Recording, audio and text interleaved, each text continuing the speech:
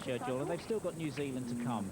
The other thing, of course, they have to deal with is the different race organisers and the different aspects of organisation between the continents, between the races.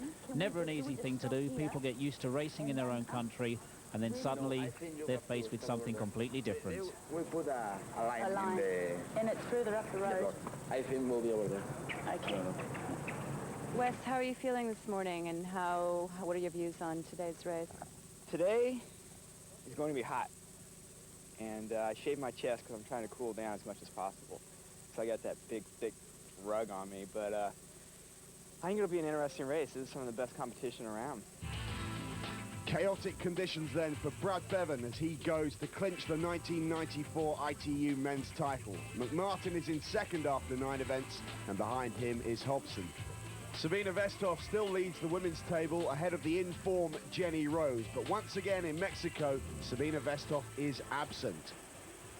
Well, here on the beach, it's already 8 o'clock. There's still no sign of a start, and that's just a reflection of the organised chaos that's been going on in the build-up to this race. The men are down on the beach, but there seems to be a little bit of confusion as to exactly what's going on there. There's the Cuban team making their debut on the ITU World Cup circuit, and they look as confused as the rest of them. This is one of the problems that the ITU are going to have to deal with in the build-up to next year's World Championships in Mexico. Catherine's down on the beach. Hi, we're here in the swim start, just minutes, we hope, before the race. When I raced here in 1991, the swim did start at 8 o'clock, and we went off into the huge waves, and that was it. This year, however, it's about 10 minutes after 8, and there's no sign of the starting gun yet. And I know a lot of athletes will be thrown off their race plan because they got here at 8 on the dot, ready to go, and now they're milling around waiting for things to happen, and the temperature is rising. It's in the mid-30s, and it's getting even hotter. Well, it's now way past 8 o'clock, and they should have been up in the gantry that was set up for the start. Some of the amateurs are waiting up there. The pros, however, are now on the beach, and there's discussion going on. I hope they know what's going on, because the organisation has been far from ideal. This isn't the best way to start a race, Steve. It's appalling. But, well, look, there's the athletes going off, Matt. This is just incredible. They're 400 metres in front of where the start should have taken place. I'm sure there'll be a lot of the amateurs left on the beach, if not many of the pros still waiting there. Mind you, they seem to be going away. We can see 3 or 4 of them employing that dolphin technique that we spoke about in 2 races earlier. But really, frankly, this should not be happening in ITU World Cup races. Well, this is where the start was supposed to be, and some of the amateurs looking slightly bemused, having just watched the pros dive in from the beach. Anyway, they're underway, and they've headed off into the Pacific. There's a fairly big swell running, and that gives them a further dimension of difficulty. The amateurs look on, and the pros head off into the distance. Steve. Next wave away is the pro women, but I wonder exactly how they'll be feeling there. You can just see Maria Martinez, number 8. She's been dominating the South American races. Cara Montgomery as well, as she recently won over here in Great Britain down at the Bath race. Well, the pro women still looking slightly confused. That's Mike Gilmore giving the instructions, and I'm sure Mike will be trying to get everything exactly 100%. But meanwhile, we're just waiting for the start. There's Jenny Rose, the winner of round 8 and round 9. We caught up with her before the start of round 10.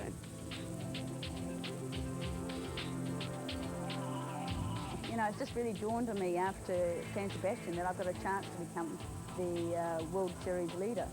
It culminates in New Zealand, and of course I know the course, and it's in front of my home crowd. There's a lot of pressure. You know, it's not just the World Championships, getting a place in the World Championships, it's who's going to win the World Series. So that's really important to me.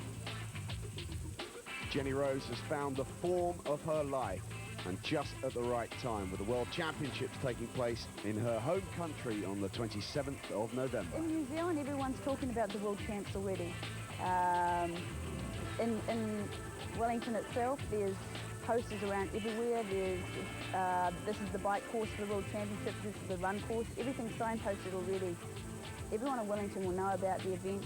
People are talking about it throughout New Zealand. With the recent retirement of Erin Baker, there's been a lot of media coverage in New Zealand about triathlon, and of course because of her retirement, they're focusing on that's reminded them that the World Championship is coming up. So it's all, the ball's rolling now, and it's going to be really exciting by the time it comes around.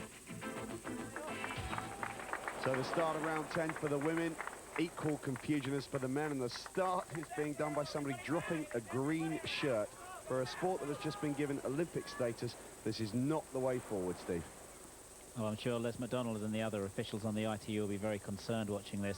But equally, I'm sure they'll be making reparation to the organisers just to ensure that the next year's World Championship in 1995, although it is in a different venue in Mexico, is a lot better organised than this one. However, the women are away there, and top swimmer, I suppose, in this field here is likely to be Gail Lawrence. We'll have to wait and see, with perhaps Carol Montgomery with that unique stroke that she has up there with her. The pro men have now reached that yellow buoy way off in the distance. The women just in front of the beach, with Gail Lawrence taking the early lead. Let's take a look at 5 leading men in round 10. Brad Bevan from Australia has been the most successful triathlete on the ITU circuit this year. He's in superb form. Spencer Smith from Great Britain is making his ITU debut. He's the reigning world champion. Nate Lorandi made a cracking start to the series, but has dropped off a little bit since. And never write off Philippe Fattori. He's a superb runner and could threaten the leaders here. Wes Hobson never gives up. 27 years of age now, the man who shaved his chest for round 10.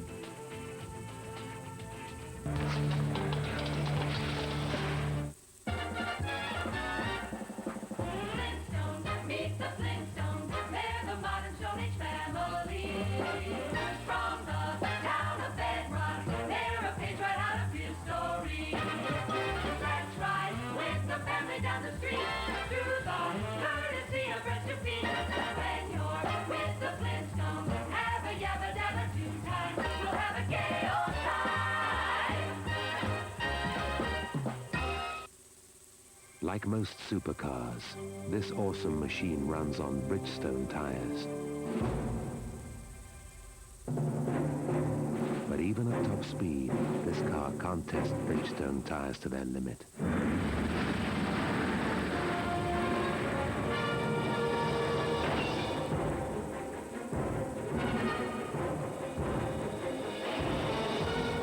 Bridgestone, the science of performance.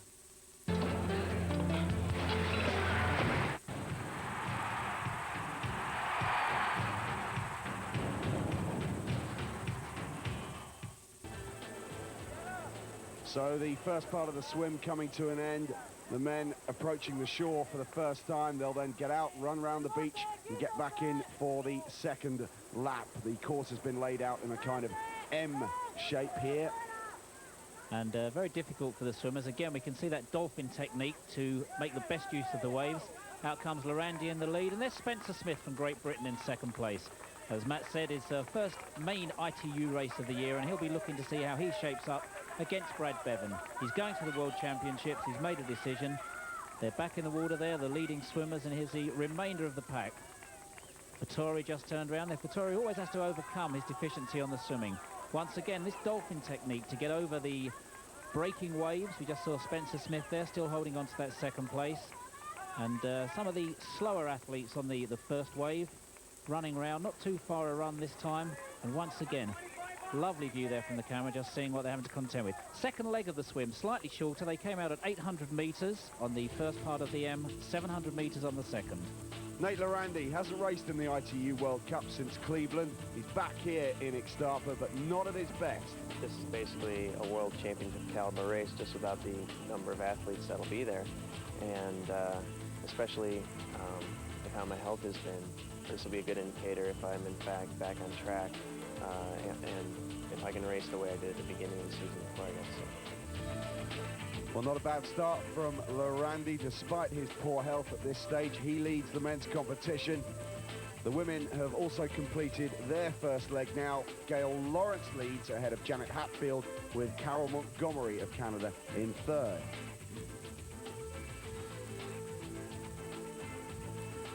The leading women in round 10, Gail Lawrence, who won in Bahia, Brazil. Carol Montgomery of Canada. She was last on the World Cup series in Osaka, Japan. Janet Hatfield from the United States, 31 years of age now, 5th in the World Cup standings coming into round 10. Katie Webb, also from the United States, 2nd in Bahia behind Gail Lawrence. And the woman on fine form, Jenny Rose from New Zealand, 2nd in the World Cup standings behind the absent Sabina Westhoff. The men coming to the end of their swim. Lorandi still at the front of the field, but there's nothing between him and a dozen or so other triathletes just behind him. Lorandi it is who exits the water first. Now they've got a 400-meter run to the transition area. They run through the hotel complex at the back of the beach, so it's an added dimension before they get on the bikes for the second part of the triathlon. This has been a feature of the triathlons that we've seen this year. How does this affect their preparation, Steve? I think they'll be a wee bit concerned about going into oxygen debt as they're coming out. They've been used to the swim fatigue in the shoulders and the upper body, and immediately they're faced with this normal transition sensation where the legs are taking the power, but maybe a little bit long to get up onto the cycle section. Spencer Smith there in second place, and he's tracking the only man who beat him in last year in 1993 in the single race, 1 week after Spencer won the World Championships. And just remember, the temperature is still rising. It's around 35 degrees now. We've got about 80% humidity, so it's very, very difficult conditions. And the athletes will have been grateful for that cooling down in the water, but now it's out into the heat and humidity of the cycle, and they begin the cycle course with a fairly tough climb. Spencer Smith leads transition first. He's onto his bike. No clothes at all apart from his swimming trunks. There's Lorandi in the Reebok trunks on the blue zip bike. And Brad Bevan, of course, is up there with the leaders. Andrew McMartin, as usual, who's had one or two epic battles with Brad Bevan on the ITU Tour this year, is there. The usual crew of the top guys on the Triathlon World Cup circuit are there, but there's a fairly strong Mexican presence as well, including Ricardo Gonzalez and Carlos Probert. Nate Lorandi, however, leads ahead of Spencer Smith, Bevan third, Wes Hobson fourth, and Glenn Mangum in fifth. It's chaos in transition. Let's see if Catherine Davis can make head or tail of it. Well, we're here in the transition area just after the swim. It was a very chaotic swim. The swimmers started about half an hour after they were supposed to, and there were kayaks going all over the place. There was a boat in the way, so it just remains to be seen whether they can put that out of their minds and concentrate on working together on the bike. In the men's race, all the favorites came out together. Spencer Smith led, and he was followed closely by Nate Lorandi, Brad Bevan, Andrew McMartin, Wes Hobson, and a big group of about 10 guys. So it's going to be a big pack on the bike, and it remains to be seen if they can handle the narrow roads and the bumps and the potholes. Thank you, Catherine. Yeah, the road surface is far from ideal. It's not bad at this stage, but it gets worse, as you'll see. And Spencer Smith leading. Drafting is permitted, so we can expect to see a jostling situation for position at the front of the field. Spencer Smith making his debut on the ITU World Cup Series. Now, he'll be wanting to make a point to Brad Bevan, who's been the leading light on the ITU Tour. Spencer Smith hasn't raced in this tour. He's been racing in other races, and he'll be wanting to throw down the gauntlet to Bevan leading up to the World Championship. Gail Lawrence finishes the swim ahead of the rest of the field, and she's got a reasonable advantage. Always a strong swimmer, Gail Lawrence. She arrives first at transition to pick up her bike, and she'll be first to lead. Carol Montgomery comes in second place, so Lawrence just leaving.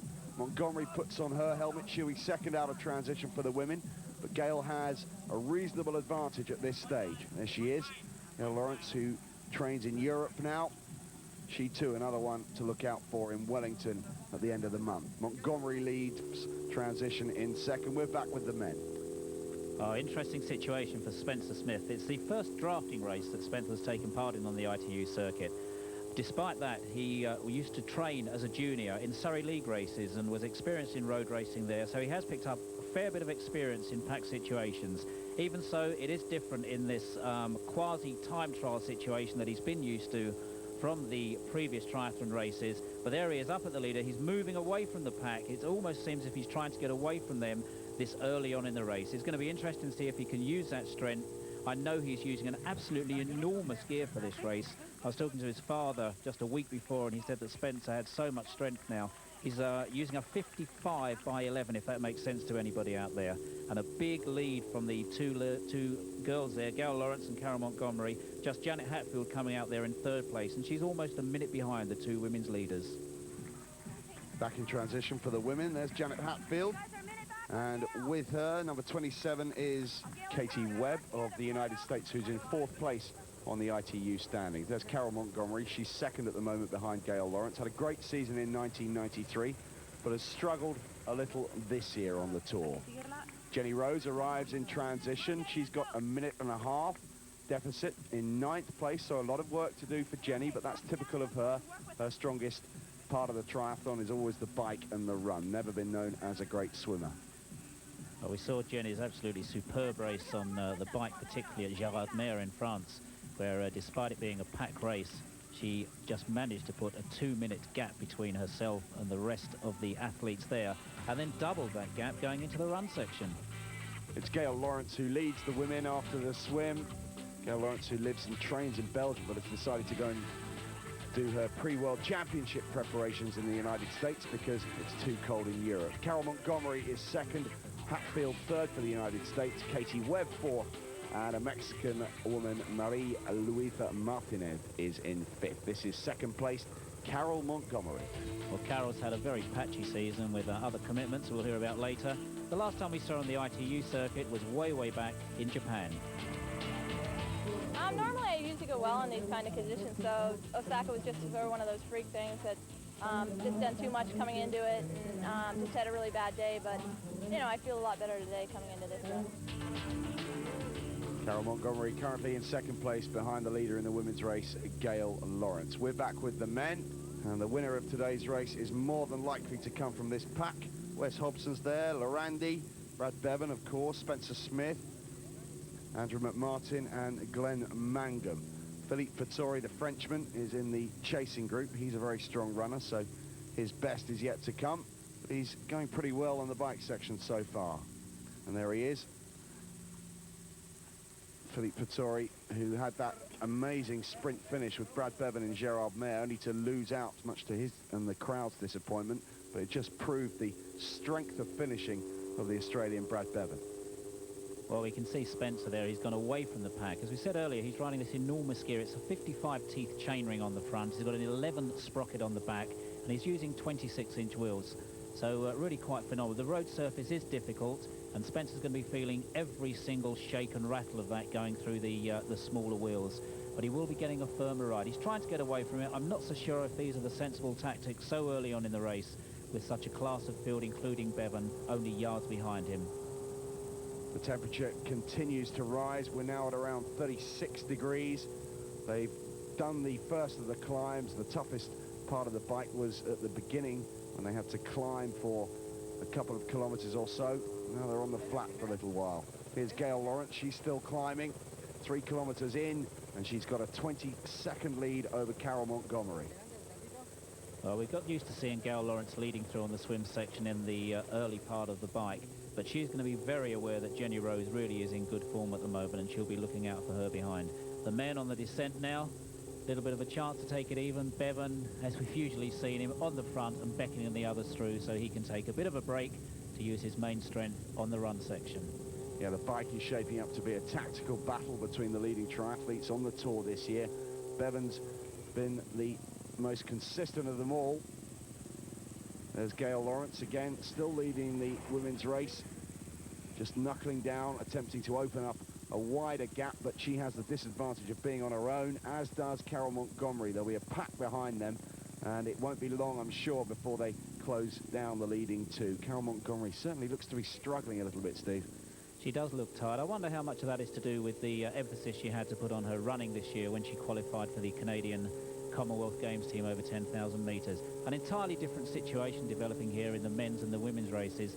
The perhaps majority of the men's field, just the huge numbers compared to the women in the race, are making it very different. We've got a pack there leading through. They're each taking their turn. And as we've seen on the women, Gail Lawrence entirely by herself, Carol Montgomery entirely by herself. And apart from the natural differences that we'd expect to find between the men and the women athletes, this is going to be further accentuated by the pace being taken on the men and the women having no chance of having that advantage.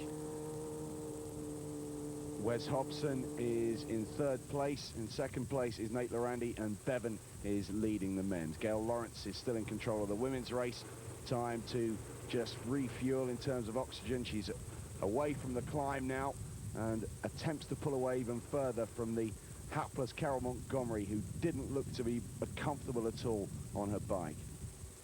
I wonder just how much these athletes are going to be playing mind games with each other. It's the last ITU race per se. The next one with everything on it is the final round of the situation that's developed throughout the year, but it's also the main World Championships, and there's going to be so much going into that. Spencer Smith, it's his first introduction to the rest of the guys who've been on the circuit, and he's going to be perhaps looking to dominate this race to make them worry about how good he's going to be going into the World Championships. He was defending junior champion 2 years ago, and as we know, last year he moved up that slot, and although still officially a junior, won the men's senior World Championship. Now you can see the road surface is worsening. There are tarmac patches all over the place. This is going to be shaking them to the bones as Bevan moves ahead to once again assume the lead from Spencer Smith, who's having a fine debut on the ITU Tour so far. Larandi's still there, Hobson's still there, but the man in the lead at the moment is Spencer Smith from Great Britain. To be world champion is a great honour, and to do it fairly young. You know, I only had one go at getting the World Championships. It was my first time I ever raced in the men's. It took longer for me to get the World Junior title than it did to get the World Men title. Spencer Smith became world champion when he was just 20 years of age. It all seemed too easy. The last 12 months, though, have been less straightforward. I've recently just moved from England to the States. Obviously, that takes a little bit out of you, moving and everything, and, it takes a little mental edge off you. Actually, this year hasn't been such a good year for me in terms of races. I've had, I've won a few races, but in terms of the races I did last year and the races I won last year, it hasn't been that many. But hopefully, now with the end of the season coming up, with it being such a long season, the World Championships is my main goal. And I think I'm in very good form now, and hopefully, the last two will be back in my winning ways. With the World Championships just 3 weeks away, Smith has timed his preparations to perfection. I have won every race there is to win in the short course. I've won European Junior, European Men, World Junior, World Men. There is no other title that I wish to win in Olympic distance. Obviously, I would like to win another world title. You can never have too many of those. Well, one title that Spencer Smith didn't mention there, of course, Steve, was the Olympic title. Do you think he'll still be around and competing for that in the year 2000? That's a question that's worth about $1 million to answer, I would think, Matt. We've got some great juniors and youths coming up in Great Britain. Jodie Redgrove, one of the leading youths, who's still only 15 years old. We've got some great juniors. David Williams, just 16. I wonder how Spencer will be faring against the new wave of youngsters. He's going to be an old man of 26 years old when the Olympics come round. But the thing he's worried about now is the World Championships in 3 weeks' time and the present race. And we're seeing the Mexicans move to the front, and it looks like they're working between themselves. Gonzalez taking the lead, and he's working with Probert there to move away from this pack that has dominated the field in the first half of the cycle section.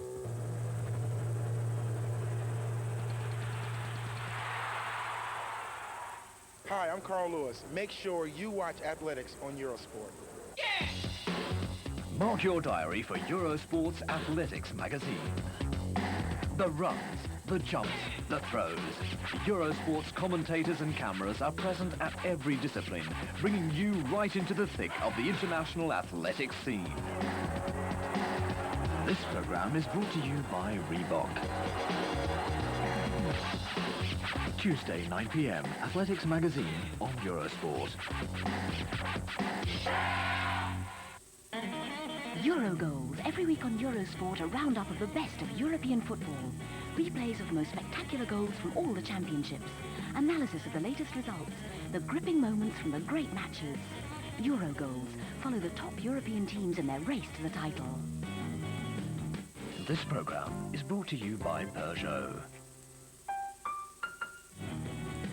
and Reebok. Eurogoals, Monday at 10 p.m. on Eurosport.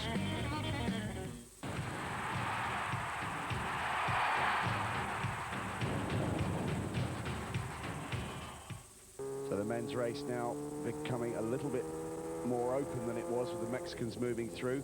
Hobson's still there. There's Brad Bevan, and Gonzalez is just tucked in behind him. Bevan's still in control of this race. We haven't seen Gonzalez on the circuit this year. As usual, the athletes tend to perform at their best in their home countries. Gail Lawrence is ahead by 40 seconds now at 10 kilometers on the bike. 10 out of 40 kilometers, remember, taking the opportunity to take a feed. Very humid, the athletes losing liquid by the second and by the gallon, and Gail Lawrence refueling at every opportunity. That's a very important point, Matt. The humidity and the heat is absolutely tremendous here, and even during the swim, although it might appear to be fairly cool for them, they're still going to be losing a lot of body liquid. Now that's a great performance from Gonzalez. He was 15th after the swim, and he's moved right through the field and is leading round 10 of the ITU World Cup Series as he attempts to pull away from the World Cup leader, Brad Bevan of Australia. Again, the home crowd, the home course, knowing the conditions, so valuable to the athletes. It's going to be interesting to see what happens with the New Zealanders when we get to the Worlds. After 20 kilometers, Ricardo Gonzalez of Mexico leads here in Ixtapa, Mexico. Brad Bevan is second. Smith of Great Britain is third. Another Mexican, Carlos Probert, is fourth, with Hobson fifth. Well, Fattori there, Philippe Fattori from France, he's in the second group, and they've pulled up one or two of the stragglers from that leading group originally. But again, such difficult conditions here, and the home advantage from the two Mexicans, Gonzalez and Probert, really making a difference. Carol Montgomery won this race last year in 1993, but she is gradually being closed down by the pack behind her, and she's trailing Gail Lawrence by over 40 seconds now, and Montgomery seems to be suffering at the hands of the heat and humidity. Gail Lawrence looks far more settled, far more comfortable out in front, but without having the advantage of other racers around her to race with and to race against, I feel sure that it won't be long before both these leading two women are caught. Gail Lawrence, though, still leads ahead of Carol Montgomery. That is about to change. I'm sure a lot of the athletes would agree that there's a great difference between fitness and race fitness, and a great difference between mental attitude and the winning mental attitude. And as we spoke earlier, Carol's been involved in a lot of running this year. She's just getting back in that habit. There's a man who's had the habit for a long, long time now of winning, double world champion at junior and senior level, looking for his second senior title this year. And in fact, no man has ever successfully defended a senior title since the world championships were inaugurated in Avignon in 1989. Spencer Smith leading the way for the moment.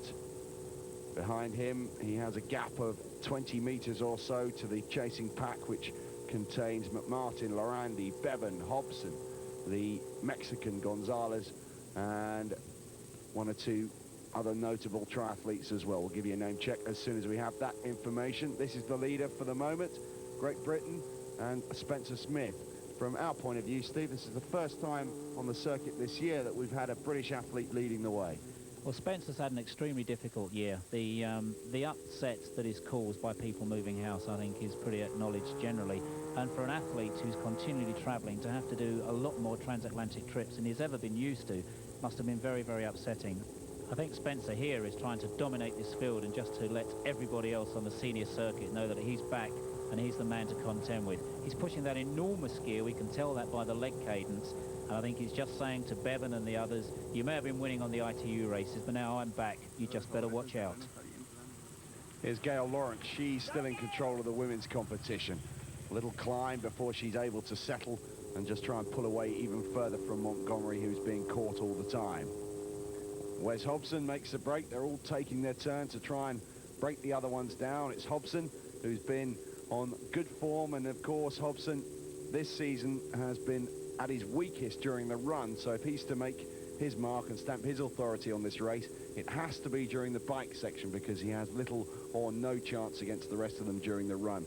If Hobson has any chance of registering his second win of the season here, it has to be at this point. Wes is actually riding a new bike for this race. He's chosen one with a stiffer frame, which supposedly gives him more control on the climbs. So it's Hobson's turn to make a break for it, but I'm sure it won't be long before Bevan and the rest of the crew behind him close him down. And at the moment, it's anybody's race. At the moment, it seems to me they're all playing mind games. The level of fitness achieved by these athletes is so good, and there's so little difference between any one of this leading pack, that the dominating factor has to be the mental attitude, the mind game going into it. And there we see Hobson playing mind games. I can get off the front, he's saying, and now I can just afford to take it easy and let you guys come back to me. There's a lot of confidence shown by Wes Hobson, especially with his hardest discipline to come after the cycle. In the women's race, Jenny Rose has now moved up ahead of Carol Montgomery, and with her she's taken Janet Hatfield and Katie Webb, and they'll now be attempting to close down the gap on Gail Lawrence. Carmen Ochoa of Mexico is in 5th, and the 1, 2, 3 is Lawrence, Rose, Webb, Hatfield in 4th. Carol Montgomery is out of it at this stage.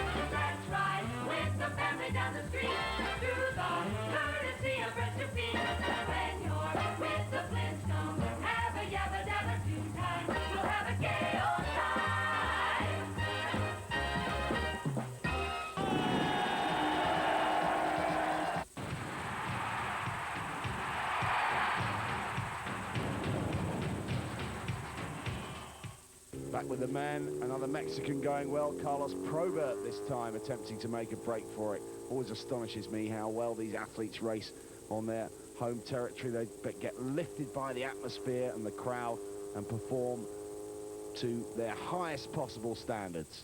Here's Gail Lawrence, she's still out in front, but closing fast is Jenny Rose, Janet Hatfield and Katie Webb, and they have the advantage of racing as a group. Oh, poor Gail Lawrence, the situation she's found herself in so many times in the recent races. And there's a gentleman that we haven't seen very much before. That's Gonzalez. He was chasing through on Probert. They seem to make that move almost together to get ahead of Spencer Smith. And certainly now there has a gap opened for the first time, a first real gap between the Mexican and the chasing pack. Here's the leader in the women's competition, Gail Lawrence, the winner in Bahia, Brazil. So she has already tasted victory in South America and going for 2 out of 2 in this continent here in Ixtapa, Mexico.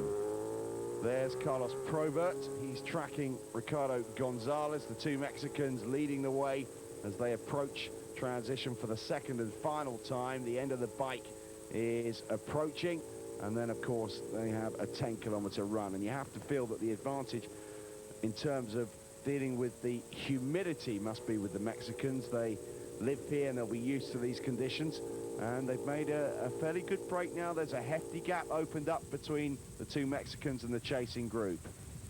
Here is the chasing group in the women: Katie Webb, Janet Hatfield and Jenny Rose, who's won the previous 2 races and who must be favourite going into the World Championships. But of course in Wellington she'll be up against Sabina Vestoff, who's taken time off from the ITU World Cup series and even went off and got married and had a honeymoon, but will be back with a vengeance at Wellington. And I foresee an epic battle between Jenny Rose and Sabina Vestoff for the 1994 World Championship title. Jenny Rose, of course, is a stronger cyclist than Janet Hatfield and Katie Webb, and she'll be really making them work very hard to stay with her, which will be to their detriment when they come to the run. Jenny, of course, a very strong runner. She's playing with them a little bit here. Jenny Rose by far the strongest of these 3, but it's Gail Lawrence who still leads the women's competition. Let's not forget that, and they still have to catch her. Well, we've got Jenny Rose in 2nd place in that pack. Meanwhile, back at the head of the men's field, the 2 Mexicans coming in now. A very, very speedy transition. They're off their saddles. They've left their shoes clipped to the pedals. We've seen so many times before. And looking down the road, we can see what a huge gap they've put between themselves and the rest of the field, really over just the last 1.5 kilometres. Whoops, there's an accident there, and I'm sure that's not going to put them off too much. There's the marshal there, just ensuring that everybody is dismounted from the bikes before the white line across the road. And there's going to be a huge pack, as with the cycling, going into the run section. McMartin comes in with Bevan and Hobson and Lorandi and Glenn Mangum. Spencer Smith is there, and these guys will now all attempt to close down the gap that Probert and Gonzalez of Mexico have opened up.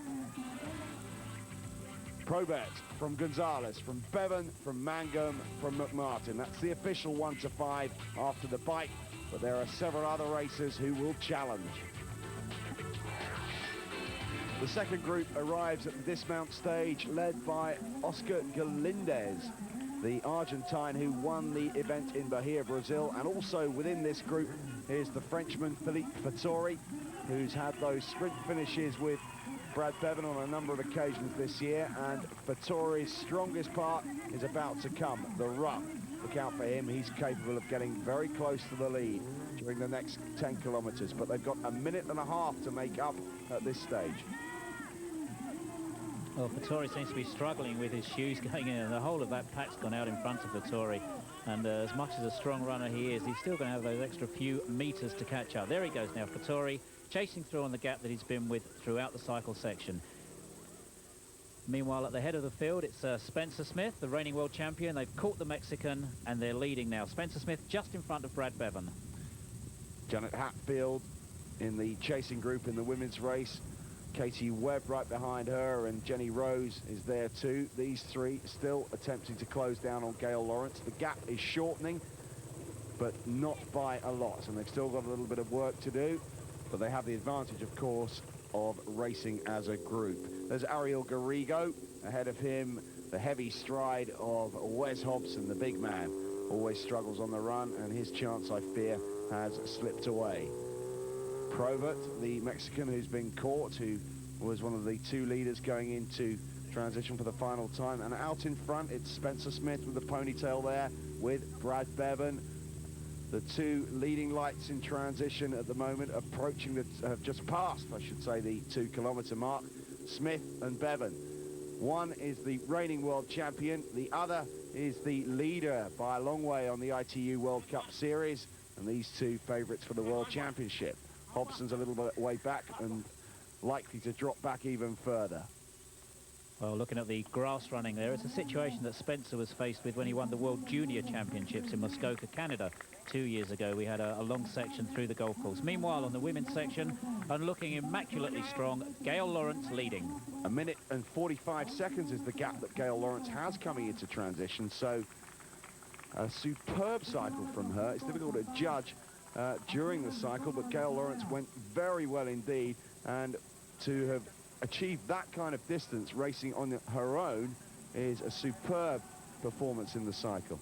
Well, it's the mystical element of triathlon, isn't it, Matt? And just how hard has she worked on the bike to get this strong lead? How much has she taken out of herself to gain it? Gail Lawrence, the winner in Bahia. She told us earlier how she was preparing for the World Championships.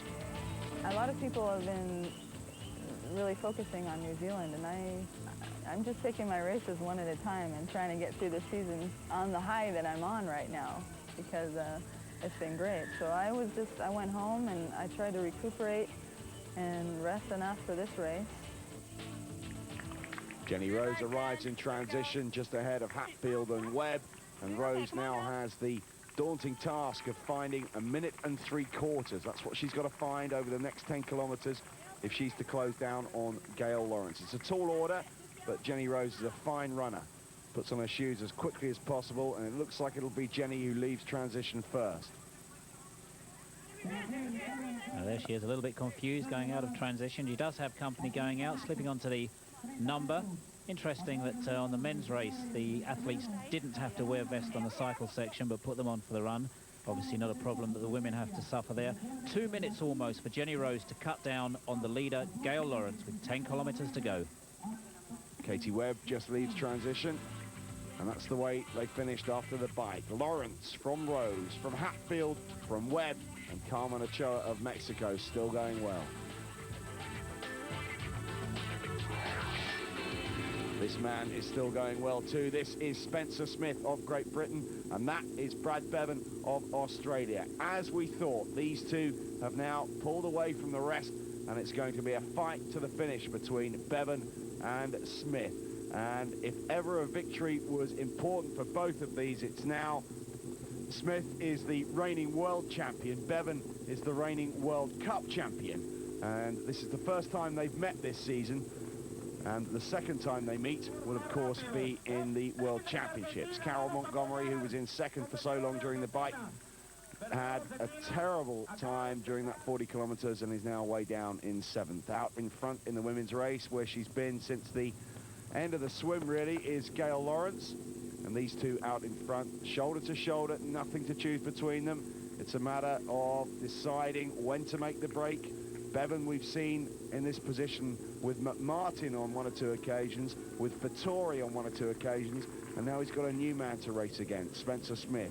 Gonzalez of Mexico is going superbly. He's in third place after 5 kilometers, checking his watch, and when he approaches the finish line, he'll receive a lot of support from the 20,000 or so Mexicans who have gathered to watch the end of this race. Gail Lawrence still leads the women's at 2 kilometers.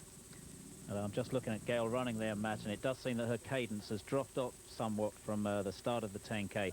And here's the lady who really is in form. She told us earlier about how well she'd been training. She'd really topped up her run discipline, and she looks so strong now. She's running almost like a 10,000-meter track runner, and I'm sure she's gaining on Gail Lawrence with every single stride. She's already made that break away from Hatfield, away from Katie Webb. So it's the lady in form, Jenny Rose, in second at the moment and gunning for first. Yes, Gail Lawrence's lead is being shortened all the time by Jenny Rose. In the men's competition, Bevan and Smith are approaching the 7 kilometer mark, with Smith just ahead of the Australian. Nothing to choose between them. I wonder which one will make the break first. It's very hot, and you can see that Brad Bevan takes the opportunity to cool himself down. Gail Lawrence is just jogging along now, and looking at the speed at which Jenny Rose was travelling across the ground, I'm sure it won't be long before the New Zealander is right up next to the American. It's a 2-lap course around the golf course, and Bevan and Spencer Smith are now lapping the women who are on their first lap. They go past Janet Hatfield and Katie Webb. Nothing to choose between them.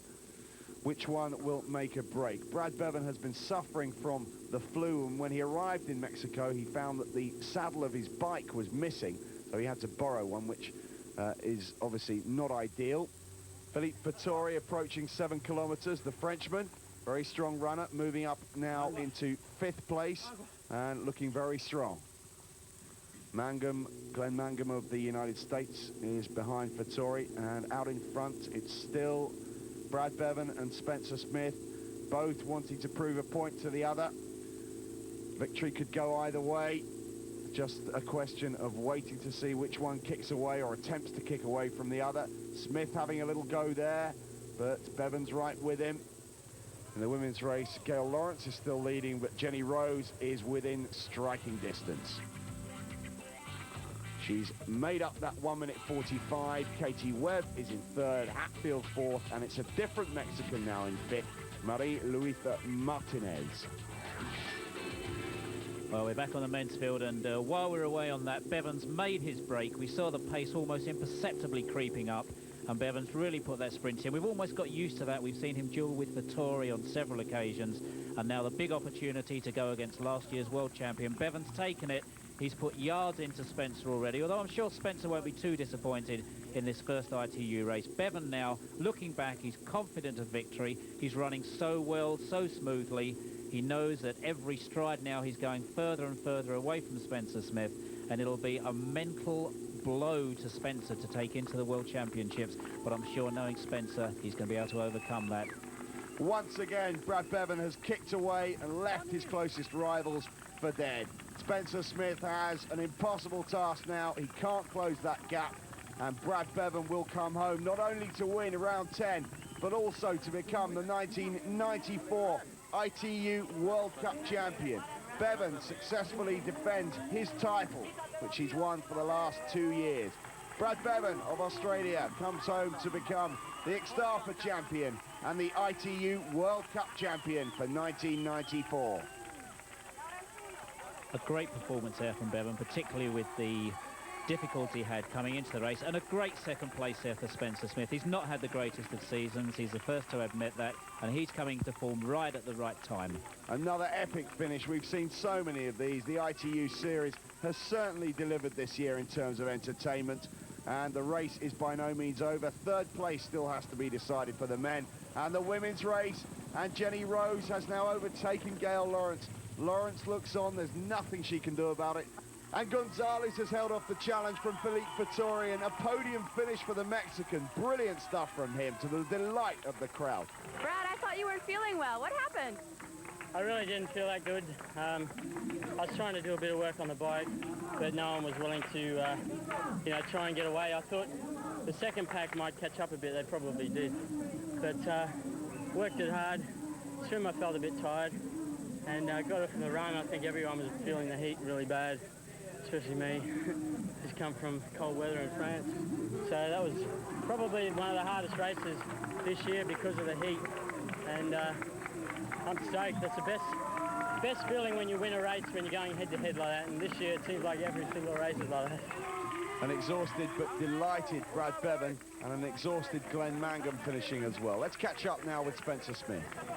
This is the first time that I've ever experienced a race with drafting, and you know, I enjoyed it. It was fun, and I think you know, I was pleased with my performance. Brad had a bit more punch at the end there. You know, the heat really did get to everyone. I think out here it's so hot, but I enjoyed the race, and I'm satisfied with second. You know, hopefully at the Worlds I'll move up one and retain my title.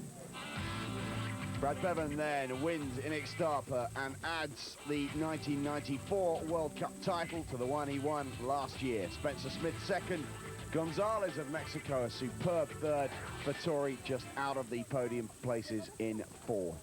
The women's race is still going on, and Jenny Rose has now moved comfortably ahead of the struggling Gail Lawrence. In fact, Katie Webb there moved through as well. She's in second place, and then just a glimpse of Janet Hatfield into third. So poor Gail Lawrence, after leading for such a long time. Obviously, as we thought, the heat has got to her on this final discipline. Fine form being displayed there by the second place lady, Katie Webb, who's really running well. But with Jenny Rose in the form she is, I don't think anybody's going to be in a position to catch her now. And with the World Championships just around the corner, it's building up to be in the men's competition, a battle between Bevan and Smith, and in the women's competition, a battle between Rose and Westhoff.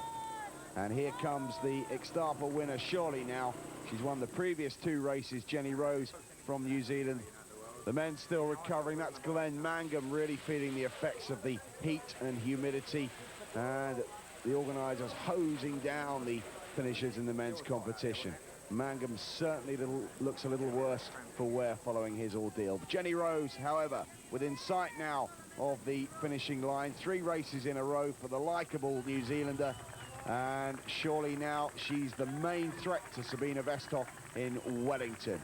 Rose comes home. Behind her, Katie Webb about to register another superb performance. She too could be a threat for the World Championship title. There's a smile on the face of Jenny Rose, a popular winner here in Brazil. Jenny Rose wins round 10 for the women. Oh, just one big race to go now, and Jenny Rose back on home territory. She's really going to be going for it. It's going to be a big field in New Zealand. Second place for Katie Webb, who's really raced extraordinarily well here. She's even taken a few seconds out of Jenny Rose on the second part of the run section, just 13 seconds down to come into second place. And there's a lady again who's had a fine run there, Janet Hatfield, worked with the pack with Jenny and Katie on the bike section, and a thoroughly deserved third place here. Gail Lawrence looks set to finish in 4th place, having led for so much of the race. She'll be disappointed with that. And I think we can now catch up with Jenny Rose, who's about to talk to Catherine Davis. Jenny, looks like it's the Brad and Jenny show. Three races in a row. You came out of the water 2 minutes back. Tell us how you caught up and crossed the line in first. I thought I took off in the right place, right behind Carol, but she just went zip. And I sort of ended up to the right of the big group. And they were just taking off, and I just left in no man's land, no woman's land. And I just did the whole thing by myself. I caught up a bit when we exited the water and entered again. But there was a few girls just in front of me, but, you know, I had a solo swim. I was thinking about my technique out there, but I wasn't going too fast. And you had a good run. Yeah, I was really worried because those 2 girls who came off the bike with me are both very good runners, and they're both USA girls. One of them trains in Florida, and I was thinking, oh, I'm going to find this heat here very hard, and I'm sure that they'll do a real good run.